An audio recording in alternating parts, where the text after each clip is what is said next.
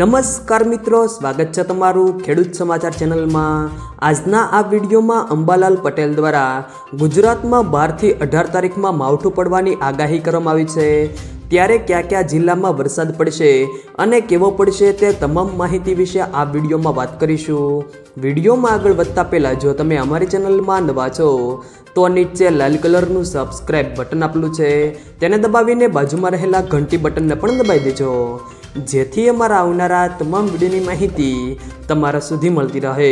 તો ચાલો શરૂ કરીએ આજનો આ વિડીયો। ગુજરાતના જાણીતા હવામાન નિષ્ણાંત અંબાલાલ પટેલ દ્વારા એપ્રિલ મહિનામાં હવામાનમાં પલટો આવવાની સાથે વરસાદની પણ આગાહી કરી છે।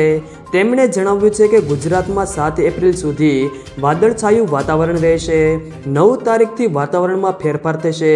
આ સાથે તેમણે એમ પણ જણાવ્યું કે મધ્ય ગુજરાતના અનેક ભાગોમાં 4 ડિગ્રી ઉષ્ણ તાપમાનમાં વધારો થવાની શક્યતાઓ છે। 12 થી 18 તારીખમાં દેશના કેટલાક ભાગોમાં મોટો પલટો આવવાની શક્યતાઓ વ્યક્ત કરાઈ છે। આ પલટાને કારણે પ્રી મોન્સૂન એક્ટિવિટી જોવા મળશે, જેના લીધે ગુજરાત સહિત દેશના કેટલાક ભાગોમાં માવઠું થવાની શક્યતાઓ રહે। ગુજરાતના અનેક ભાગોમાં માવઠું પડવાની પણ શક્યતાઓ છે। પંચમહાલ, અમદાવાદ, સાબરકાંઠા અને મધ્ય ગુજરાતના ભાગોમાં માવઠું પડવાની શક્યતાઓ છે, જ્યારે કચ્છ, સુરત અને ઉત્તર સૌરાષ્ટ્રના ભાગોમાં હવામાનમાં પલટો આવવાની શક્યતાઓ છે।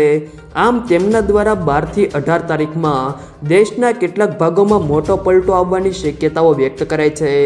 આમ 12 થી 18 એપ્રિલ દરમિયાન કમોસમી વરસાદ વરસી શકે છે, જેમાં દક્ષિણ ગુજરાતમાં છૂટોછવાયો વરસાદ રહી શકે, જ્યારે સૌરાષ્ટ્ર, કચ્છ અને ઉત્તર ગુજરાતમાં માવઠાની વધુ અસર રહેશે।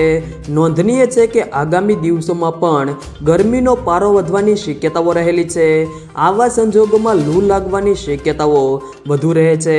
માવઠું થાય તો ઉનાળુ પાકને વ્યાપક નુકસાનની શક્યતા છે। સૌરાષ્ટ્ર, કચ્છ અને દક્ષિણ ગુજરાતમાં કેરી સહિતના બાગાયતી પાકને કમોસમી વરસાદથી ભારે નુકસાન થવાની શક્યતાઓ છે। જો મિત્રો વિડીયો પસંદ આવે તો વિડીયોને લાઈક કરો, તમારા મિત્રો સાથે શેર કરો, અને જો તમે અમારી ચેનલમાં નવા હો તો ચેનલને સબસ્ક્રાઈબ જરૂર કરજો, જેથી અમારા આવનારા તમામ વિડીયોની માહિતી તમારા સુધી મળતી રહે।